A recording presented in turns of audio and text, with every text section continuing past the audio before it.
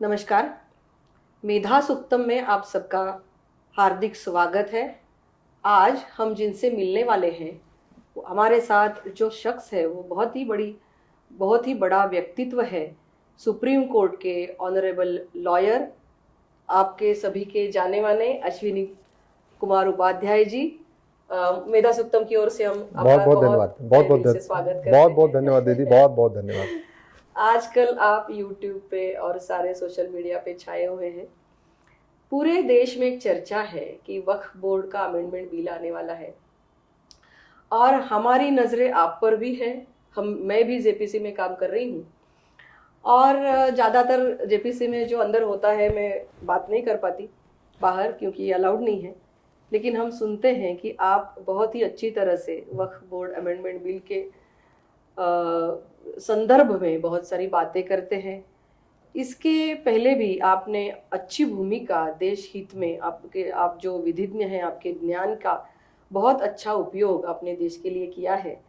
जैसे कि बोला जाए तो 370 कलम हो, 35A हो, 3 तलाक हो, 4 शादियों के बारे में आपने कुछ कहा हो, यूनिफाइड सिविल कोड के बारे में कहा हो, यूनिफाइड बैंकिंग कोड के बारे में आप हमेशा कहते रहते हैं। तो बहुत ही अच्छा योगदान आपका रहा है।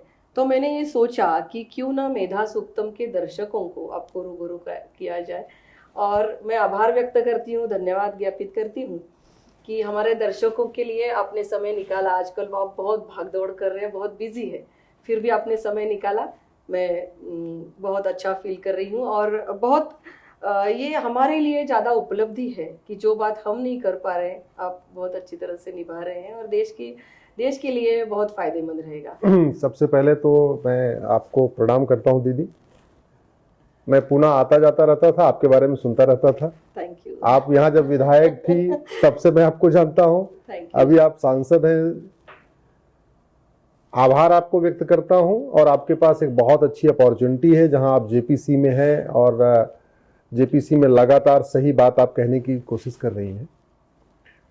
सवाल यह है कि भारत संविधान से चलेगा जी, सबके लिए एक कानून होगा या अलग अलग होगा जी। संविधान 2 शब्दों से मिलकर बना है, संविधान। ऐसा विधान जो सबके लिए समान हो उसको कहते हैं संविधान जी। और ये मेरे हाथ में भारत का संविधान है। बिल्कुल। भारत में बहुविधान नहीं चलेगा, भारत में मजहब के आधार पर विधान नहीं चलेगा, क्योंकि मजहब के आधार पर विभाजन हो चुका है। अब हमारे संविधान निर्माताओं ने कहा, बाबा साहब अम्बेडकर, सरदार पटेल, डॉक्टर श्यामा प्रसाद मुखर्जी, अलादी कृष्णा अय्यर, ऐसे हर जगह के लोग थे। यहाँ महाराष्ट्र के कामत साहब थे। सब लोगों ने कहा कि नहीं, अब भारत में मजहब के आधार पर कुछ भी नहीं चलेगा, सबके लिए एक विधान होगा। मेरी कोशिश यही है कि भारत में एक देश एक विधान हो।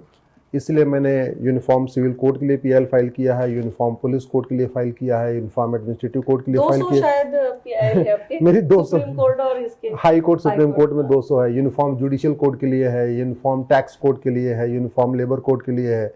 ऐसे मेरी करीब 200 पीएल हैं, हाई कोर्ट सुप्रीम कोर्ट मिला के। मैं बेसिकली इंजीनियर था और इंजीनियरिंग मैंने अपनी छोड़ी थी इसी काम के लिए। अच्छा। हाँ, मैं पहले मारुति में था, वहाँ छोड़ा मैंने इसी काम के लिए कि अब चलेंगे, अब सुप्रीम कोर्ट चलेंगे, वहाँ से देश की सेवा करेंगे। तो पहला सवाल हम इनसे पूछते हैं कि ये वक्फ क्या है और ऐसा कानून क्यों बनाया गया जो अलग अलग मजहब के लिए अलग अलग, हमारे देश में ऐसा बोर्ड क्यों बनाया गया और अब क्या रिक्वायरमेंट है कि अमेंडमेंट किया जा रहा है, इसके बारे में अगर आप हमें जानकारी दे। ये दीदी मेरे हाथ में वक्फ एक्ट है जी। शुरुआत इसकी अंग्रेजों ने किया था 1917 में जी। उसके बाद फिर 1954 में इसको नेहरू जी ने बनाया, फिर इंदिरा जी ने इसको मजबूत किया, उसके बाद राजीव गांधी जी ने इसको बदला। 1995 में नरसिम्हा राव जी ने पुराना जितना चल रहा था सबको खत्म करके एक नया बना दिया। 2013 में जाते जाते मनमोहन सिंह जी ने इसको और बदल दिया। वक्फ का मतलब होता है दान करना, वक्फ का मतलब होता है चैरिटी करना, डोनेट करना। तो जैसे हिंदू, जैन, बौद्ध, सिख दान कहते हैं, उसी को मुस्लिम्स वक्फ कहते हैं, उसी को क्रिश्चियन चैरिटी कहते हैं। बात एक ही है। अब दुर्भाग्य आप देखिए, हम कहते हैं भारत में संविधान है, संविधान का मतलब एक देश एक विधान, जो कानून होना चाहिए सबके लिए। श्यामा प्रसाद मुखर्जी ने भी यही कहा था। कश्मीर के लिए अलग विधान, अलग निशान और अलग नहीं होना चाहिए। तो एक देश एक विधान का मतलब ये हुआ कि फिर वक्फ एक्ट होना नहीं चाहिए। बिल्कुल। अगर वक्फ एक्ट है तो हिंदू के लिए हिंदू बोर्ड और हिंदू ट्रिब्यूनल क्यों नहीं है, जैन के लिए जैन बोर्ड जैन ट्रिब्यूनल क्यों नहीं है, बौद्ध के लिए बौद्ध बोर्ड ट्रिब्यूनल क्यों नहीं है, यहूदी के लिए अपना बोर्ड अपना ट्रिब्यूनल क्यों नहीं है, बहाई के लिए अपना बोर्ड अपना ट्रिब्यूनल क्यों नहीं है, पारसी रहते हैं भारत में उनके लिए अपना बोर्ड अपना ट्रिब्यूनल। ऐसे लगभग 100 रिलीजन भारत में रहते हैं, 100 बिलीफ को फॉलो करने वाले भारत में रहते हैं, किसी के लिए नहीं है। तो ये वक्फ का मतलब दान करना होता है, कोई रॉकेट साइंस नहीं है। ये वक्फ कोई ऐसी चीज नहीं है केवल मुस्लिम करते हैं। भारत में सबसे ज्यादा वक्फ तो हिंदू करते हैं, सबसे ज्यादा जो वक्फ करते हैं उसको दान कहते हैं, जैन करते हैं। पूरे देश में धर्मशाला बनवाते हैं, बिरला जी बिरला मंदिर बनवाते हैं, बिरला धर्मशाला बनवाते हैं। ऐसे हमारे जितने माहेश्वरी समाज के लोग हैं, हमारे जैन क्या बोलते हैं मारवाड़ी समाज के लोग हैं, हमारे जो है वैश्य समाज के लोग हैं, अग्रवाल समाज के लोग हैं, सबसे ज्यादा चैरिटी तो वो करते हैं। अनफॉर्चुनेटली उनके लिए कोई अलग से नियम कानून नहीं है, लेकिन वक्फ के लिए है। हमारा यही विरोध है कि एक देश में दो विधान नहीं चलेगा, नहीं चलेगा। 2013 में जो बहुत ज्यादा ताकत इस बोर्ड को दी गई वो क्या है?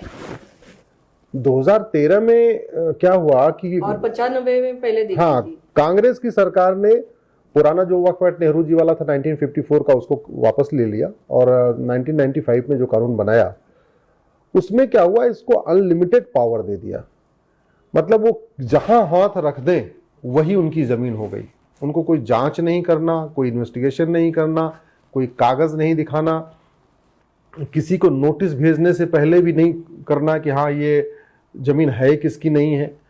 कंडीशन क्या डाला कि एक अखबार में नोटिस देंगे कि ये जमीन वक्फ की है, अगर 30 दिन के अंदर किसी ने जवाब नहीं दिया तो वो जमीन ऑटोमेटिक वक्फ की हो जाएगी। भारत में ऐसे भी अखबार निकलते हैं जिसको 100 लोग भी नहीं पढ़ते। बिल्कुल। ऐसे भी अखबार निकलते हैं, आपके पुणे में भी निकलते होंगे, मुंबई में भी निकलते हैं, जो छपते हैं और ऑफिस में ही रहते हैं, बाहर कोई पढ़ता ही नहीं, खरीदता ही नहीं। तो उसमें यह भी नहीं लिखा कि किस अखबार में निकलना है, कि सर्कुलेशन वाइज टॉप 5 में निकलना है, टॉप 3 में निकलना है, स्टेट में जो सबसे ज्यादा सर्कुलेशन होगा उसमें निकलना, कहीं कुछ कंडीशन नहीं। 2 लाइन की नोटिस निकालना है कि 10 लाइन की नोटिस निकालना, ये भी नहीं लिखा। छोटे छोटे फॉन्ट में लिखना या बड़े बड़े फॉन्ट में लिखना, ये भी नहीं लिखा। तो बड़ी चालाकी से वक्फ बोर्ड ने क्या किया, इन्होंने अपना छोटे छोटे ऐसे ऐसे अखबारों में नोटिस देते थे जिनको कोई पढ़ता ही नहीं है, और बाद में 30 दिन के बाद कलेक्टर को कहते थे ये जमीन वक्फ की हो गई है, अब इसको तुम ट्रांसफर कर दो। इस वक्फ एक्ट में जो 1995 में नरसिम्हा राव कांग्रेस ने बनाया, उसमें कलेक्टर वक्फ बोर्ड के नीचे है। वैसे जो कलेक्टर होता है, जो डीएम होता है, या जिसको कहीं कलेक्टर कहते हैं, कहीं डिस्ट्रिक्ट मजिस्ट्रेट कहते हैं, वो जिले का मालिक होता है। इवन वो कप्तान से ऊपर होता है, सबसे ऊपर होता है वो जिले का। एजुकेशन डिपार्टमेंट हो, पुलिस डिपार्टमेंट हो, रेवेन्यू डिपार्टमेंट, सबका हेड कौन होता है? डीएम होता है। आपके महाराष्ट्र में इसको डीसी कहते होंगे, कलेक्टर कहते हैं, डीसी कलेक्टर। लेकिन ये वक्फ बोर्ड जो है ये डीसी के भी ऊपर बैठा हुआ है। मतलब अगर ये कह दे वक्फ बोर्ड को कि ये जो फलाने वाला जो गांव है ये वक्फ बोर्ड का है, तो डीएम की इतनी हिम्मत नहीं है उससे बोले कि नहीं नहीं तुम गलत कह रहे हो, ये तो हम इस गांव को, ये गांव तो 3000 साल पुराना। अगर वक्फ बोर्ड कहेगा इसको खाली कराओ, उसको खाली कराना है। मतलब इसमें इतनी पावर दे दिया गया कि अगर सुप्रीम कोर्ट को ये वक्फ बोर्ड कह दे कि ये सुप्रीम कोर्ट वक्फ बोर्ड की प्रॉपर्टी पे है, तो सुप्रीम कोर्ट के जो रजिस्ट्रार जनरल हैं उस वक्फ बोर्ड की नोटिस को कोर्ट में चैलेंज नहीं कर सकते। उनको जाके उसी अमानुल्लाह खां जो वक्फ बोर्ड का अध्यक्ष है, अभी तो शायद ईडी उसको जेल में ईडी पकड़ के ले गई है, उस अमानुल्लाह खां के सामने जाके हाथ जोड़ना पड़ेगा, नहीं भैया ये सुप्रीम कोर्ट है, ये वक्फ बोर्ड की नहीं है। इतनी पावर दे दिया कि अगर राष्ट्रपति भवन को कह दे वक्फ बोर्ड, ये राष्ट्रपति भवन वक्फ बोर्ड की प्रॉपर्टी पे, और वक्फ बोर्ड को राष्ट्रपति भवन को वक्फ डिक्लेयर करने के लिए कोई कागज नहीं दिखाना, उसको ये नहीं दिखाना कि ये जो मुगल गार्डन है, ये राष्ट्रपति भवन है, ये मुगलों ना, उसको बस सिंपल नोटिस भेजना है। तो राष्ट्रपति भवन के जो अधिकारी है ना, वो कोर्ट में उस नोटिस को चैलेंज नहीं कर सकते हैं, उनको जाना पड़ेगा वक्फ बोर्ड के सामने जिसने नोटिस भेजा। तो मतलब वही चोर, ट्रिब्यूनल इज फाइनल, वही चोर, वही दरोगा, वही इन्वेस्टिगेटिव ऑफिसर और वही जज, सारी शक्तियां एक ही उसको दे दिया गया है।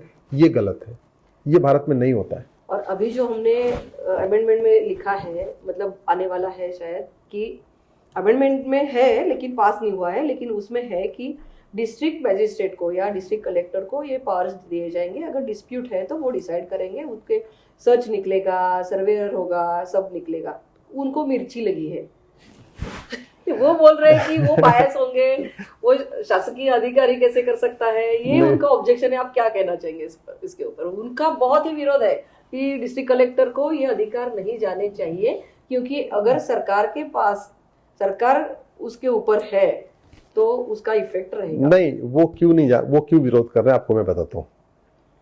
जब देश आजाद हुआ तो वक्फ बोर्ड के पास 45,000 एकड़ जमीन थी, 45,000 एकड़ जमीन। आज की डेट में वक्फ बोर्ड के पास 9.5 लाख एकड़ जमीन है, यानी पिछले 75 साल में 9 लाख एकड़ जमीन बढ़ गई। वैसे मैं आपको बताऊं कि दुनिया के 50 देशों का जो क्षेत्रफल है ना, वो 10 लाख एकड़ से कम है। जैसे बहरीन का क्षेत्रफल है 75,000, मालदीव का क्षेत्रफल है 75,000 एकड़। भारत में वक्फ बोर्ड के पास लगभग 9.5 लाख एकड़ है, अभी 10 लाख एकड़ हो चुका है, 10 लाख एकड़ है, 10 लाख लेकर हो चुका है। इसका मतलब ये हुआ कि भारत में वक्फ बोर्ड के जमीन पे 12 मालदीव बन सकता है। बहरीन का क्षेत्रफल 1,75,000 एकड़ है, वक्फ बोर्ड के पास 10 लाख एकड़ है, यानी भारत में वक्फ बोर्ड के ऊपर 5 बहरीन बन सकता है। भारत में वक्फ बोर्ड के ऊपर 3 सिंगापुर बन सकता है। भारत में वक्फ बोर्ड के ऊपर 2 मॉरिशस बन सकता है। भारत में वक्फ बोर्ड के ऊपर 2 लग्जमबर्ग बन सकता है। 50 देशों का क्षेत्रफल 10 लाख एकड़ से कम है और भारत में वक्फ बोर्ड के पास 10 लाख एकड़ जमीन है। वो इसलिए नहीं करना चाहते हैं क्योंकि सच्चाई ये है कि जैसे इसका विरोध कौन कर रहे हैं, जैसे ओवैसी हो गए, मदनी हो गए, बुखारी हो गए, बड़े बड़े पॉलिटिशियन, इन्होंने वक्फ बोर्ड के नाम पे 2-2 हजार एकड़ जमीन, 3-3 हजार एकड़ जमीन वक्फ बोर्ड के नाम पे इकट्ठा कर लिया है। उस पे फार्म हाउस खोल दिया है, उस पे उनके मैरिज हॉल चल रहे हैं, उस पे मतलब बड़ी बड़ी उस पे पार्टियां उनकी चल रही हैं, उसको उन्होंने किराए पे दे दिया है। बहुत सारी जगह तो दुकानें बना के उसको किराए पे उठा रखा है। मतलब दुनिया भर का उस पे वो सीधे, तो मैं अब नाम नहीं लेना चाहूंगा, लेकिन 3-4 ऐसे मैं नेताओं को जानता हूं जिन्होंने लगभग 3-3 हजार एकड़ जमीन वक्फ बोर्ड की जमीन को कब्जा करके रखा हुआ है, अलग अलग नामों से, उसको लीज पे करके, ये करके, वो करके, अलग अलग। बहुत इसका फायदा गरीब मुस्लिमों को भी नहीं हो रहा। एकदम नहीं। मैं कह रहा हूं कि भारत में 99% मुस्लिम्स को वक्फ बोर्ड का कोई फायदा नहीं मिला, 0। इसका सारा का सारा फायदा वो जो पॉपुलर, जो मतलब स्ट्रॉन्ग मुस्लिम्स हैं, जो बड़े मुस्लिम हैं, जो अरबपति खरबपति मुस्लिम हैं, या वो मुस्लिम्स जो MP वगैरह बन चुके हैं, MLA बन चुके हैं, या वो मतलब जो बड़े प्रभावशाली मुस्लिम्स हैं, वही इसका फायदा उठा रहे हैं और वही इसका विरोध कर रहे हैं। सच्चाई ये है, इस समय वक्फ बोर्ड के खिलाफ 120 PIL चल रही पूरे देश भर में, उसमें से 20 PIL तो मुस्लिम्स ने फाइल किया हुआ है। मुसलमान भी इससे परेशान है, उनकी जमीनों को भी वक्फ डिक्लेयर कर करके उस पर कब्जा कर लिया, अपना काम कर रहे हैं।